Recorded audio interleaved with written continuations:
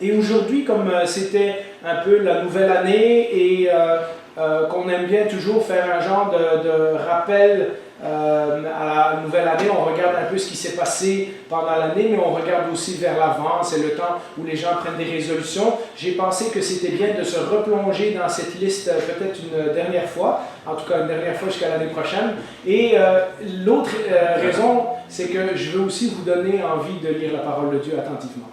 Si on est capable de faire 4 messages sur les généalogies de Jésus et qu'à chaque année on découvre des nouvelles choses, c'est un encouragement pour vous à lire la parole de Dieu dans tous ses coins et ses recoins, même les textes que vous n'aimez pas, parce que en regardant la Bible avec les yeux de Dieu, on apprend toujours des nouvelles choses. Donc j'aimerais commencer avec un mot de prière. Eh bien Seigneur, dans ce début de nouvelle année, alors que nous œuvrons ta parole au début du Nouveau Testament, nous aimerions penser, comme Stéphane l'a dit tantôt, que notre vie est comme une page blanche. En effet, nous ne pouvons plus changer ce qui a été fait hier et avant-hier. Nous ne pouvons plus revenir et modifier le passé, mais l'avenir est devant nous et l'avenir est ouvert. Et tu nous demandes de le vivre sur ton chemin et en obéissance à ta parole. Alors que si nous prenions une résolution cette année, que ce soit celle de te suivre fidèlement pendant l'année 2020 qui s'en vient. Maintenant que nous ouvrons ta parole, nous te demandons de nous enseigner, de nous convaincre, de nous encourager et de nous transformer par ces mots que nous trouvons et que ton Saint-Esprit a préservés par écrit au travers des apôtres pour nous. Au nom de Jésus, nous te prions. Amen. Amen. Je l'ai dit donc en introduction, il y a une raison pourquoi on trouve une liste comme ça dans le tout début du Nouveau Testament. C'était une liste de noms importants. Lorsqu'on lit cette liste, et on va commencer à la lire avec le texte suivant, donc Matthieu chapitre 1, la première dia, vous allez tout de suite remarquer au moins 2 noms, le nom d'Abraham et de David. Et donc voilà la généalogie de Jésus-Christ, fils de David, fils d'Abraham. Et ça commence, Abraham eut pour fils Isaac, et Isaac eut Jacob, Jacob eut Juda et ses frères, Juda eut Péretz et Zérak de Tamar. C'est important de retenir Tamar parce que je vais parler d'elle dans quelques minutes. Péretz eut Etzrom, Etzrom eut Aram, Aram eut pour fils Aminadab, Aminadab eut Nachon, Nachon eut Salmon, Salmon eut Boaz de Rahab. Donc on va parler de Rahab aussi dans quelques minutes. Boaz eut Obed de Ruth, Obed eut pour fils Isaïe et Isaïe eut David. Et donc Matthieu qui est écrit pour des Juifs, commence en mettant la vie de Jésus dans son contexte. Il y a une raison pourquoi le Messie est venu, c'est parce qu'il est le descendant d'une famille qui inclut Abraham et qui inclut David, donc comme je l'ai dit, des noms importants. Des noms qui nous disent quelque chose, parce que nous, lecteurs de la Bible, nous, chrétiens du 21e siècle, nous savons tout de suite qui est Abraham et qui est David. Abraham, c'est non seulement l'ancêtre de la nation juive, mais c'est aussi celui par qui tous les peuples de la terre seront bénis. Si on retourne dans Genèse à partir du chapitre 12, on voit que c'est le père des croyants. Dans le Nouveau Testament, ça nous dit qu'Abraham est le père de tous ceux qui ont la foi, de tous ceux qui croient en Jésus par la foi. Et Abraham, vous le savez, c'est aussi celui qui était prêt à sacrifier son fils. Il n'y en a pas beaucoup d'entre nous aujourd'hui que si leur Seigneur leur demandait leur enfant, qui serait capable de dire « Tiens Seigneur, avec l'obéissance d'Abraham ». On en a parlé en long et en large dans les années passées, notamment sur le message sur la foi. Et donc, on est impressionné par Abraham parce que pour nous, c'est quelqu'un qu'on appelle un héros de la foi. Alors, il y a aussi le roi David. Le roi David, c'est le plus grand roi que Israël a jamais eu. Il n'y en a aucun qui est autant aimé, même encore aujourd'hui en Israël. Quand vous demandez à un juif c'est qui son héros de la Bible préféré, il ne vous dira pas Job ou Salomon ou Abraham ou Moïse, ils vont vous dire David. D'ailleurs, sur le drapeau d'Israël, il y a encore ce qu'on appelle la croix de David, le fameux, les 2 triangles inversés, et on appelle encore Jérusalem la cité de David. Et donc il y a un attachement très très très fort et chez les Juifs et chez les chrétiens au roi David parce que c'est quelqu'un dans qui on se reconnaît. C'est celui qui a écrit presque la moitié du livre des psaumes. Donc sur les 150 psaumes qu'on a, 73 ont été écrits par David et souvent nous les avons lus, nous les avons chantés, nous les avons priés et donc nous nous sentons, au niveau des émotions, nous nous sentons connectés au roi David. Et c'était celui qui a uni le pays. Avant lui, il y a eu Saül qui n'était pas un bon roi, mais c'est sous David que les 12 tribus se sont unies, qu'ils ont choisi Jérusalem comme la capitale, qu'ils ont mis l'arche de l'Alliance à Jérusalem. C'est sous David, on peut dire, qu'il y a eu l'âge d'or du peuple d'Israël. Et donc des héros de la Bible. Mais sont-ils si héroïques que ça? Vous savez, depuis plusieurs années, j'essaie d'attirer notre attention sur le fait que le centre de la Bible, ce n'est pas nous, les humains, mais c'est Dieu, et c'est l'action de Dieu parmi les humains. Quand on regarde Abraham, Abraham était aussi polygame. Abraham n'a pas cru à la promesse de Dieu tout de suite. Abraham a menti plusieurs fois à des gens d'importance en cachant qui était sa femme, parce que sa femme était belle et il avait peur pour sa vie. Et David, David, vous le connaissez, c'est celui qui a fait l'adultère avec Bathsheba, c'est celui dont la vie familiale était catastrophique, c'est celui qui a fait tuer Uri pour avoir sa femme, c'est celui qui, tout à la fin de sa vie, a fait un décompte de ses troupes pour voir comment il était fort, et Dieu a envoyé une plaie sur le pays d'Israël, et donc à cause de David, beaucoup de gens dans le peuple sont morts du jugement de Dieu. Alors, oui, des noms connus, des noms importants, des noms qui nous disent quelque chose, mais des noms qui sont très, très, très humains, après tout. Comme on dit, là où il y a de l'homme, il y a de l'hommerie. Et il n'y a pas plus homme qu'Abraham et David. Ensuite, on passe au verset suivant. On peut mettre la suite du texte. Le roi David eut Salomon de la femme d'Uri. Alors, on ne mentionne même pas Bathsheba, on dit c'est la femme d'Uri. Ça, c'est dans la Bible. Ça, on ne dit pas David eut Salomon avec sa femme légitime. Même là, c'est écrit de la femme d'Uri, donc on se rappelle du péché de David. Salomon eut pour fils Roboam, Roboam eut Abijah, Abijah eut Asa, Asa eut pour fils Josaphat, Josaphat eut Joram, Joram Ozias, Ozias Jotam, Jotam Akaz, Akaz eut Ézéchias, Ézéchias eut pour fils Manassé, Manassé eut Amon, Amon eut Josias, Josias eut pour descendant Jéconias et ses frères à l'époque de la déportation en Babylone. Donc vous voyez maintenant, on bouge dans le temps, l'auteur continue à dresser la liste, et nous remarquons, on peut mettre l'image, qu'il y a des noms plus louches dans cette histoire, notamment des noms de femmes, et notamment des noms de femmes qui n'ont pas toujours une bonne réputation. D'abord, nous trouvons, ça c'était dans le premier texte qu'on a lu, nous trouvons Rahab, qui était la prostituée, et qui ensuite s'est convertie au Dieu d'Israël en sauvant les espions lors de la conquête de Jéricho. Mais c'était quand même une femme d'une nation étrangère et une femme qui avait eu un passé peu glorieux. Ensuite, il y a Tamar, tantôt je vous ai dit de faire attention à ce nom-là. Tamar qui était la belle-fille de Juda, et parce que Juda n'avait pas respecté la loi du Seigneur, elle a trompé son beau-père pour avoir une descendance. En fait, elle a couché avec lui pour avoir un descendant qui allait s'occuper de sa famille.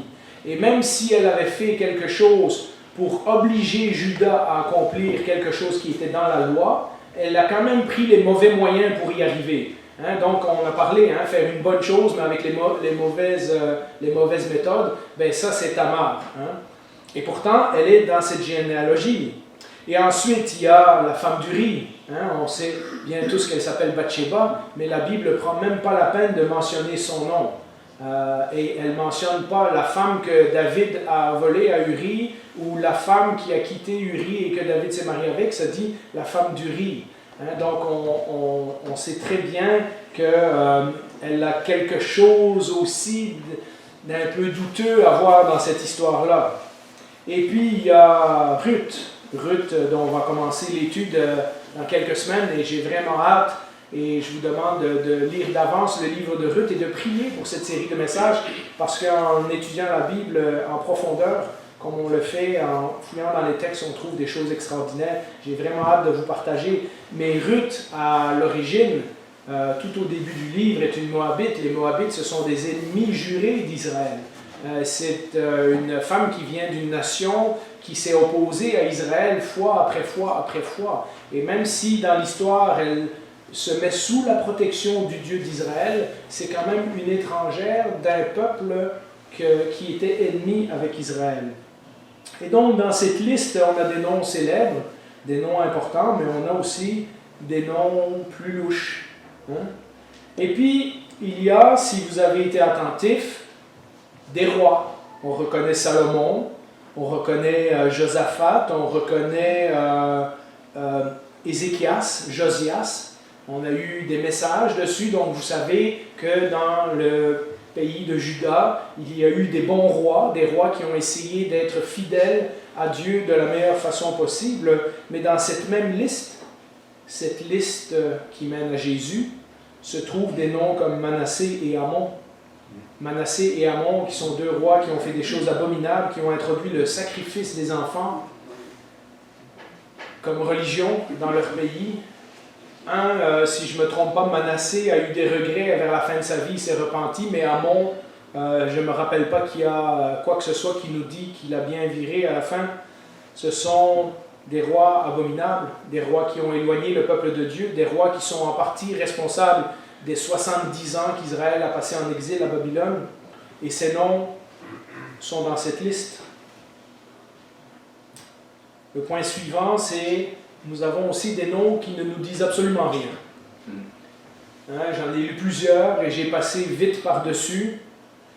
Mais quand nous lisons à partir du verset 12 jusqu'au verset 17, nous lisons « Après la déportation à Babylone, Jéconias eut pour fils Shealtiel, et Shealtiel eut Zorobabel. » Zorobabel, on en entend parler dans le livre de Zacharie, mais c'est à peu près le seul de cette liste-là qu'on connaît.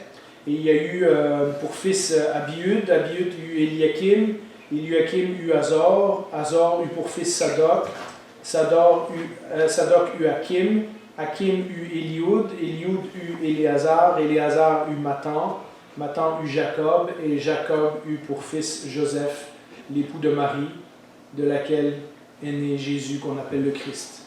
Et donc, à part Joseph, on ne connaît pas grand-chose de ces noms-là. On ne sait pas qui sont ces gens-là. Et pourtant, ils sont dans les premiers versets du Nouveau Testament.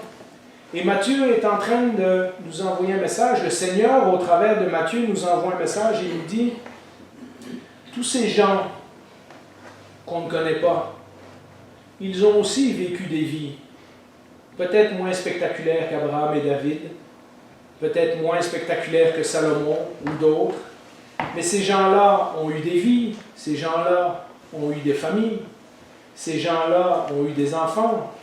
Ces gens-là ont pratiqué un métier. On sait qu'après la déportation, il n'y en a aucun qui est remonté sur le trône de David. Donc, ils n'ont pas été rois, même s'ils étaient descendants de la famille royale. Tous ces gens-là ont vécu dans une époque, dans une société. Vous savez, quand je lis ces noms, je me rends compte que ces noms nous ressemblent. Il n'y en a pas beaucoup parmi nous qui peuvent prétendre qu'ils sont des Abraham, ou des David, ou qui ont la sagesse de Salomon, ou qui ont les exploits de l'un ou l'autre de ces héros de l'Ancien Testament, ceux qu'on appelle héros, et que j'espère que je vous ai bien montré que c'était des humains comme nous. Ces noms, ils nous ressemblent. Ils ne signifient peut-être rien pour nous. Et peut-être même c'est un peu humiliant de se dire, moi non plus, mon nom, il ne signifie pas grand-chose dans la société d'aujourd'hui. À part pour ma famille qui m'aime, à part pour des gens avec qui je suis ami, à part pour mon Église qui me respecte et qui m'entoure. En dehors de ces murs, je ne suis pas célèbre, je ne suis pas connu. La plupart de nos vies vont se passer, comme on l'a vu, dans une certaine routine, dans certaines habitudes, dans un certain travail, dans une certaine maison. Aucun de nous n'ira probablement sur la Lune, mais il y en a qui ont encore l'âge de le faire. Aucun de nous ne découvrira de grands pays, aucun de nous ne conquérera des grands empires. Et aux yeux de notre société, nos noms sont comme ces noms qu'on vient de lire dans la Bible. Quelques centaines d'années plus tard, on ne se souvient plus qui ils étaient. Et pourtant, ils sont dans la liste, dans la généalogie de Jésus. Et ce sont des gens qui ont vécu comme nous, qui ont une famille, qui ont eu des occupations. Des vies qui ont été passées peut-être dans la routine, des vies où ils ont eu peu d'approbation, peu d'exploits, peu de gens dans la société pour se rappeler d'eux. Pourtant, tous ces noms sont inclus, écoutez bien ça, tous ces noms sont inclus dans la parole de Dieu. C'est-à-dire que lorsque le Saint-Esprit a guidé les gens pour mettre des textes par écrit pour notre édification, pour ce que Dieu devait nous révéler, Dieu a choisi d'inclure des noms en apparence insignifiants dans le premier chapitre du Nouveau Testament, qui nous annonce la bonne nouvelle de Jésus-Christ. Et ceci me dit que ces noms font partie du plan de Dieu. Et que si ces noms inconnus font partie du plan de Dieu, alors notre nom, aussi inconnu soit-il des gens de la société, notre nom aussi fait partie du plan de Dieu. Cette liste nous raconte que malgré les exploits, malgré les erreurs, malgré les bons coups, malgré les échecs, malgré le bien, malgré le mal, Dieu a commencé un plan avec Abraham et au travers d'une série de gens, Dieu a accompli son plan pour qu'il se réalise en Jésus-Christ. Et son plan, c'est que d'autres noms soient rajoutés dans la liste.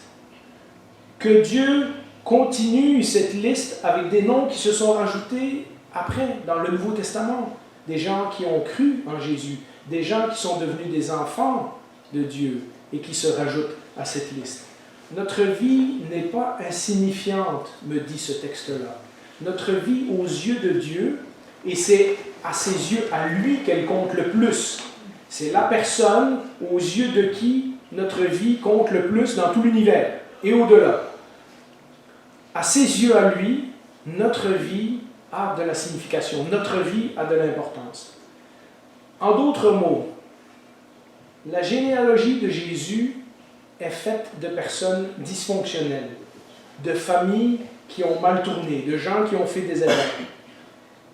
Mais cette liste nous montre que le plan de Dieu, en Jésus-Christ, c'était de sauver toute cette liste de personnes dysfonctionnelles et de les rendre semblables à Jésus-Christ. Le plan de Dieu, c'est de sauver l'humanité. Le plan de Dieu, c'est de restaurer quelque chose. Le plan de Dieu, c'est de réconcilier le monde avec lui-même. Et il le fait au travers de cette liste. Dieu, son plan, c'est de transformer les gens qui décident de mettre leur confiance en lui. Et donc, si nous sommes à l'Église, si en ce début d'année 2020, nous cherchons la parole de Dieu, nous cherchons la face de Dieu, eh bien, même si nos vies vont mal, même si notre nom semble oublié de tous, mon premier point, c'était un point d'encouragement, c'était que si des noms comme ceux-là sont dans la liste et qu'on ne les connaît pas, et pourtant ils sont inclus dans le plan de Dieu, nous aussi nous pouvons être confiants que si Jésus-Christ est mort et ressuscité pour nous racheter de nos fautes et que nous mettons notre confiance en lui, nous aussi nous faisons partie d'une liste. Mais ceci m'amène au point suivant, c'est qu'à part cette liste-là, cette liste du plan de Dieu, il y a une liste de noms plus importante. Et pour cela, c'est pour cela que le Seigneur nous dit, dans d'autres textes, et on peut les afficher, qu'il y a une liste beaucoup plus importante, c'est le livre de vie, dans lequel notre nom doit être inscrit. Dans Luc 10, 20, lorsque les disciples expérimentent la première fois certains de l'autorité sur les démons que le Seigneur leur avait donnée, il leur dit, en revenant de leur mission, il leur dit, ne vous réjouissez pas de ce que les esprits vous soient soumis, mais réjouissez-vous de ce que vos noms sont inscrits dans le ciel. Et c'est dans l'Apocalypse qu'il nous précise que ces noms sont inscrits dans un livre qui s'appelle le livre de vie de l'agneau. Et il n'entrera au ciel que ceux dont le nom est inscrit dans ce livre. Apocalypse 21, 27. Vu ainsi, on se rend compte qu'on ne doit pas jalouser les autres, parce que notre vie ne ressemble pas à certains de ces soi-disant héros bibliques, ou à certains de ces grands prédicateurs dont nous lisons les biographies, ou certains de ces grands missionnaires. On aimerait tellement être comme eux, et on se dit pourquoi le Seigneur n'a pas fait de moi quelqu'un comme ça, etc. Mais pour chacune de ces personnes qui ont marqué l'histoire du monde et qui ont marqué l'imagination. Il y a des milliers de gens qui passent inaperçus. Et nous sommes peut-être dans cette catégorie-là. Nous ne devons pas jalouser le fait que Dieu a fait de quelqu'un une personne plus, entre guillemets, populaire pour son royaume, ou plus importante encore, entre guillemets, pour son royaume, et il a fait de nous un simple papa, un simple employé, un simple retraité, parce qu'en réalité, aux yeux de Dieu, tous les noms qui sont inscrits dans le livre de vie ont une importance à ses yeux. Sachez que si votre nom est inscrit là, c'est par grâce. Si notre nom est inscrit dans le livre de l'agneau, c'est un cadeau. Ce n'est pas à cause des grands exploits spirituels que les hommes comme Abraham, David et Spurgeon et Hudson Taylor et tous ces gars-là ont fait. C'était par grâce. Par grâce, autant pour eux que pour nous. Ça n'a rien à voir avec comment on a vécu notre vie. Ça n'a rien à voir avec ce qu'on a accompli ou la quantité de choses qu'on a accomplies pour le Seigneur. C'est un cadeau gratuit. La Bible nous dit que lorsque nous étions encore pécheurs, Christ est mort pour nous. Hein? Et donc, on ne peut pas renverser les choses et dire ben, Dieu m'a sauvé parce qu'il savait qu'un jour j'allais être utile à son royaume ou ci ou ça. Ça n'a rien à voir. Dieu nous a sauvés par grâce. C'est un cadeau qu'il nous a fait, c'est gratuit. Ensuite de ça, ce qu'il choisit de faire avec notre vie, dans son plan, bien, ça, c'est ses affaires. L'important, c'est que notre nom soit inscrit dans le livre de vie. Notre vie a de l'importance, notre vie a de la valeur aux yeux de Dieu pour une et une seule raison, parce qu'il y a un nom dans cette liste qui est le nom le plus important de tout nom. C'est le dernier, Jésus, celui qui sauve. Hein? C'est à cause de ça que nous pouvons dire aujourd'hui que notre nom est dans notre liste. Pour rien d'autre. Rien de ce que nous avons fait, rien du potentiel que Dieu aurait vu en nous, rien de ces choses-là. Il y a une raison pourquoi notre nom est inscrit dans le livre de vie. C'est parce que le nom qui termine cette liste, c'est le nom de Jésus. Et Jésus, c'est Emmanuel, Dieu avec nous, et celui qui sauve. Yeshua, celui qui sauve son peuple de ses péchés. Sans ce nom, sans le nom de Jésus, à la fin de cette liste n'est qu'une liste de gens qui ont plus ou moins bien vécu, de gens qui ont été plus ou moins des bonnes personnes, de gens qui ont été plus ou moins religieux. Sans ce nom, cette liste n'a pas de sens. Mais si ce nom est au centre du plan de Dieu, au centre de l'histoire humaine, au centre de tout ce qui est le plus important dans l'univers, l'accomplissement de l'Ancien et du Nouveau Testament, Dieu parmi nous, Dieu qui sauve ses enfants de ses péchés. Alors, chacune de nos vies prend un sens quand nous venons à Jésus. Que nous sommes venus dans cette liste avant Jésus ou que nous sommes venus dans cette liste après Jésus, si nous avons nos yeux fixés sur Jésus, alors nous pouvons être garantis que notre nom est inscrit dans le livre de vie. J'aimerais amener le dernier point. Cette liste de noms inclut le nom de Jésus. On vient de le dire, elle l'inclut parce que sans lui, nous ne sommes pas sauvés et donc cette liste n'a pas de sens. Mais il y a autre chose qui est significatif dans ce verset. Suivez mon raisonnement. Le nom de Jésus complète une liste d'êtres humains. Il n'y a aucun divin là-dedans, il n'y a aucun ange, il n'y a aucun être spirituel. Ce sont tous des hommes. Hein? Et cette liste est complétée par un autre homme, qui est Jésus. Matthieu nous dit que Jésus est né de Marie, la femme de Joseph. Hein? Dieu a choisi de venir parmi nous, non pas dans sa gloire, non pas avec ses légions d'anges, non pas d'une façon tellement extraordinaire que tout le monde serait obligé de reconnaître que Jésus était le Messie, mais il a choisi de venir dans la peau d'un être humain. Jésus a aussi été un de nous. Et ça, c'est le point que je veux insister. C'est non seulement que nous sommes sur cette liste parce que Jésus nous a sauvés, mais que Jésus est aussi capable de comprendre ce que nous vivons parce que lui aussi a vécu comme un être humain. Jésus a grandi. Jésus a été à la synagogue tous les samedis. Savez-vous que Jésus a très probablement enterré son père? Jésus a travaillé dans l'atelier de son père, dans une petite ville. Jésus a eu des voisins, pareil comme nous. Jésus a participé à des mariages. On en a un, les noces de Cana, mais à mon avis, ce n'était pas la première fois que Jésus se faisait inviter. Jésus a marché. Jésus a fatigué. Jésus a pleuré. Jésus a eu des amis.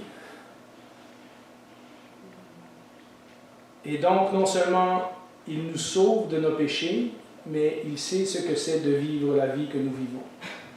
Et donc, si, oui, nous regardons les 3 dernières années de la vie de Jésus, nous voyons son ministère, nous voyons son miracle, nous voyons ses prédications, nous voyons ses guérisons, et nous aimerions être comme ça.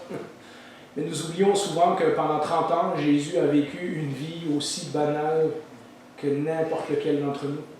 La Bible nous dit que Jésus n'a pas commis de péché, et donc, peut-être que dans son union avec Dieu, parce qu'il était proche avec le Père, il trouvait toute la force qu'il lui fallait pour résister au péché. Mais la Bible nous dit quand même qu'il a été tenté en toutes choses.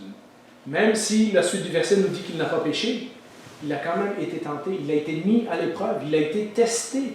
Il a connu les mêmes choses que nous.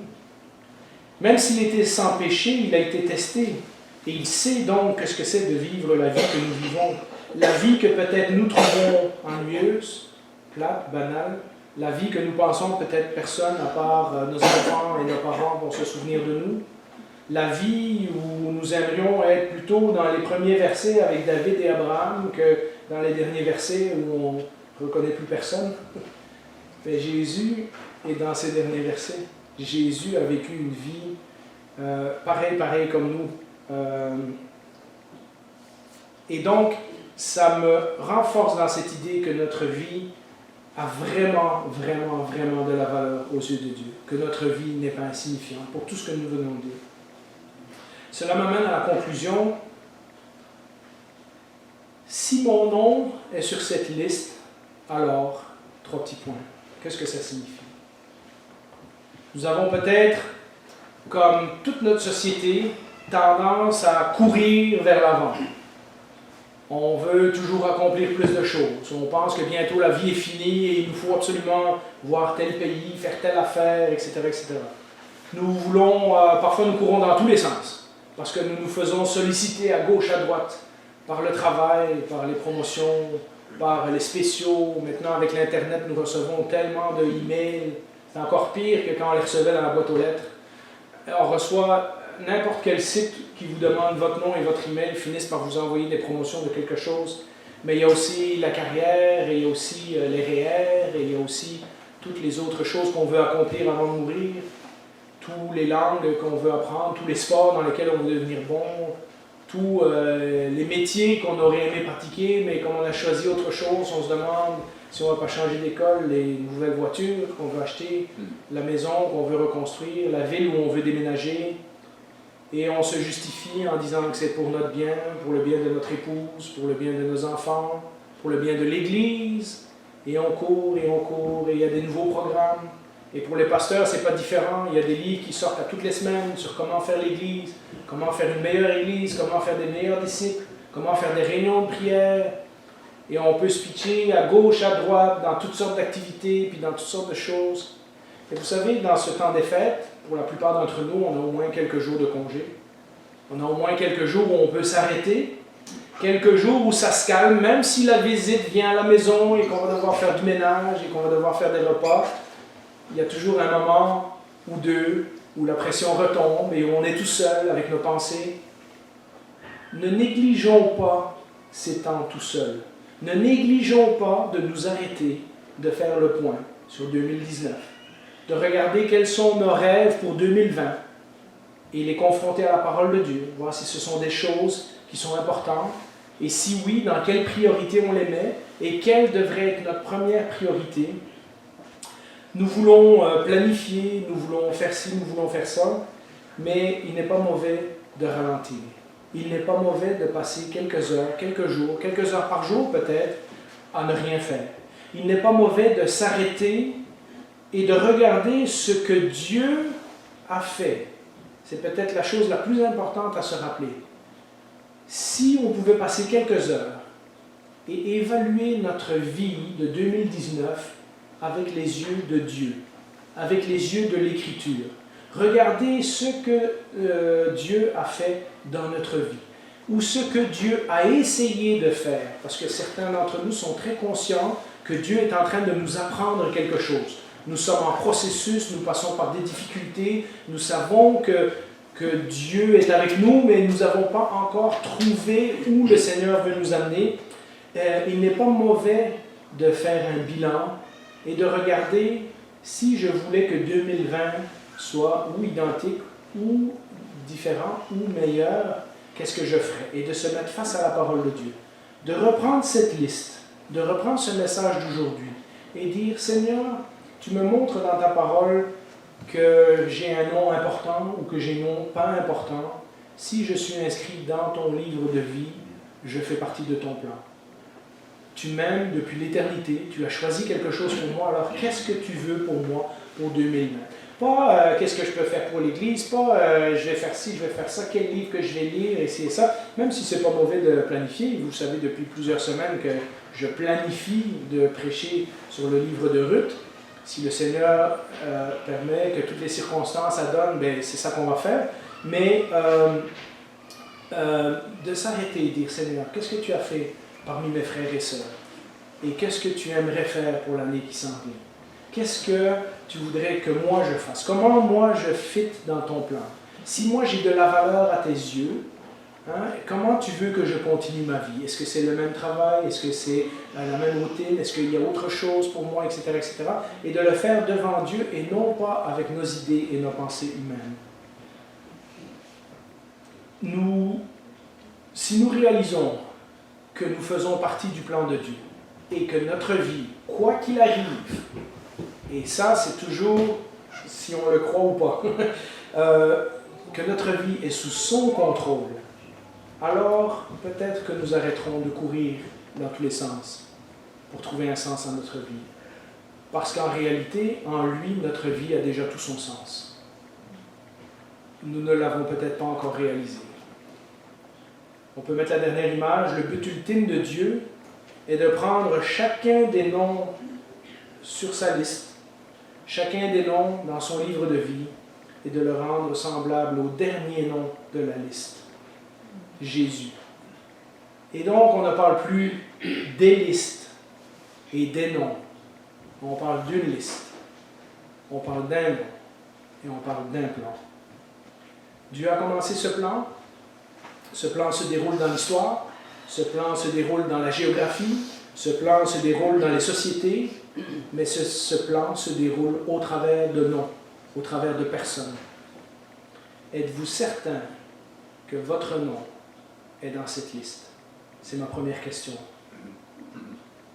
Sinon, vous devez venir à Jésus et lui dire, Seigneur, je veux que mon nom soit dans cette liste. Et vous allez dire, comment on fait? Mais le Seigneur nous indique que c'est par la foi et la confiance en Jésus. Il a déjà tout fait ce que ça prenait. Il veut simplement que vous lui accordiez votre confiance. Mais si votre nom, et je suppose que pour la plupart d'entre nous, il l'est, si notre nom est déjà dans sa liste, alors je vous invite, frères et sœurs, à réfléchir à quelle importance et quelle signification votre vie a aux yeux de Dieu, même si à vos yeux, à vous et aux yeux du monde, elle semble insignifiante. Parce que, comme nous l'avons vu dans cette liste, Dieu prépare, et comme nous allons le voir dans le livre de Ruth, Dieu prépare des choses qui vont bien au-delà de nos circonstances présentes et de notre vie présente. Et qui sait si au travers de vous, ou de votre enfant, ou de votre petit enfant, Dieu n'est pas en train de préparer 3 ou 4 générations d'avance des choses dont nous, on n'a aucune conscience. Alors mes amis, en regardant la parole de Dieu, nous devons avoir une confiance absolue que si notre nom est dans cette liste et que le Seigneur, dès avant les temps, nous a aimés et nous a prédestinés à partager sa gloire, alors notre vie a réellement de l'importance à ses yeux.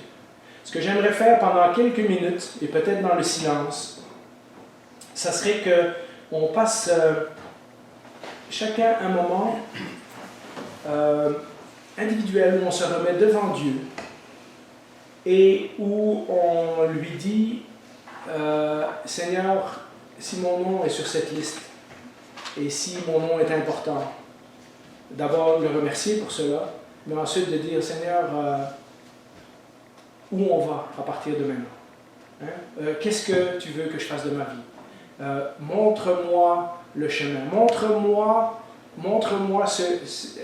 même juste un petit peu là, montre-moi un petit peu de ce qui m'attend. Alors prenons quelques minutes et on peut remercier pour les frères et sœurs qui sont autour de nous. Si un nom vous vient en tête, mais apportez votre nom. Apportez votre nom devant le Seigneur et dites Seigneur, je te remercie parce que Jean-Philippe est inscrit dans le livre de vie. Je te remercie parce que j'ai rien fait pour le mériter. Je te remercie parce que tu m'as choisi. Et si tu m'as choisi, alors j'ai de l'importance à tes yeux. Ma vie vaut quelque chose. Seigneur Jésus, certains d'entre nous sont seuls. Certains d'entre nous sont déprimés. Certains d'entre nous sont vieillissants. Certains d'entre nous sont malades. Certains d'entre nous sont découragés. Certains d'entre nous sont fatigués. Certains d'entre nous, nous manifestons la joie à l'extérieur, mais en réalité, nous sommes profondément insatisfaits à l'intérieur. Pour certains d'entre nous, pour peut-être beaucoup d'entre nous, nous regardons à ce que la société a à nous offrir.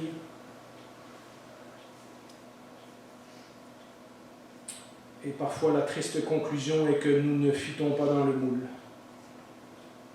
Nous ne sommes pas comme les autres. Les gens ne nous comprennent pas. Les gens ne voient pas que notre foi devrait être quelque chose de positif.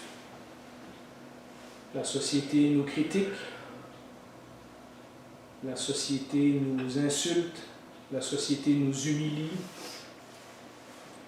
Le monde nous prend pour des fous. Peu d'entre nous avons des postes d'importance. Peu d'entre nous avons la gloire du monde. Peu d'entre nous avons le succès.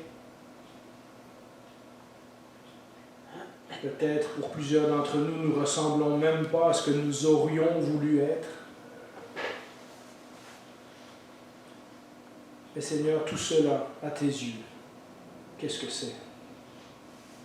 Sinon, comme le disait Salomon, que la poursuite du vent. Est-ce que le plus important, ce n'est pas ce que toi, tu penses de nous? Est-ce que le plus important, ce n'est pas de savoir que nous sommes aimés, chéris, choisis par toi dès la fondation du monde? Est-ce que le plus important, ce n'est pas de savoir que ton Fils précieux est mort sur la croix pour nous, afin que nous aussi, nous puissions devenir tes fils et tes filles?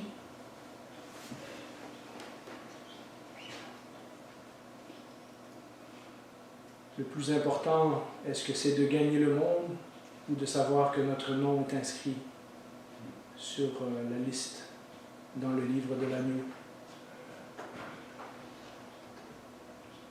Seigneur, que nous soyons puissamment encouragés par ta parole ce matin, de voir que si notre nom est inscrit dans les cieux, alors nous avons de l'importance aux yeux de la seule personne qui compte, toi. Que nous soyons encouragés également à bien vivre Parce que si nous sommes tes enfants, et si nous avons de l'importance à tes yeux, alors nous voulons te faire honneur. Alors nous voulons que tu sois fier de nous. Alors nous voulons que quand tu nous regardes, tu souris. Seigneur, nous allons rentrer cet après-midi. Nous aurons encore le même corps. Nous vivrons encore dans la même maison. Lundi, nous irons à la même école ou au même travail. Et Seigneur, nous voulons nous appuyer sur ta parole et savoir que nous pouvons choisir de réaliser qu'en étant tes enfants, rien n'est exactement ce qu'il paraît. Parce que cette maison, ce travail, cette école, ce corps, ce sont toutes des choses que tu nous as données dans ta grande sagesse pour accomplir ton plan au travers de nous et peut-être au travers d'une génération qui nous suit, qui nous regarde briller comme des lumières dans le monde et qui, le jour où tu vas les visiter, vont se souvenir du témoignage de leur oncle, de leurs grands-parents, de leur mère, de leurs cousins, de leurs frères et sœurs. Seigneur, ton plan est tellement extraordinaire et tu nous as choisis pour faire partie de ce plan, que jamais nous ne soyons découragés, que jamais nous pensions que nous sommes insignifiants, parce que tu nous affirmes dans ta parole que nous sommes importants à tes yeux. Cette année est devant nous, 2020, mais nous te l'offrons. Fais de nous ce que tu dois faire avec nous. Au nom de Jésus, nous te prions. Amen. Amen.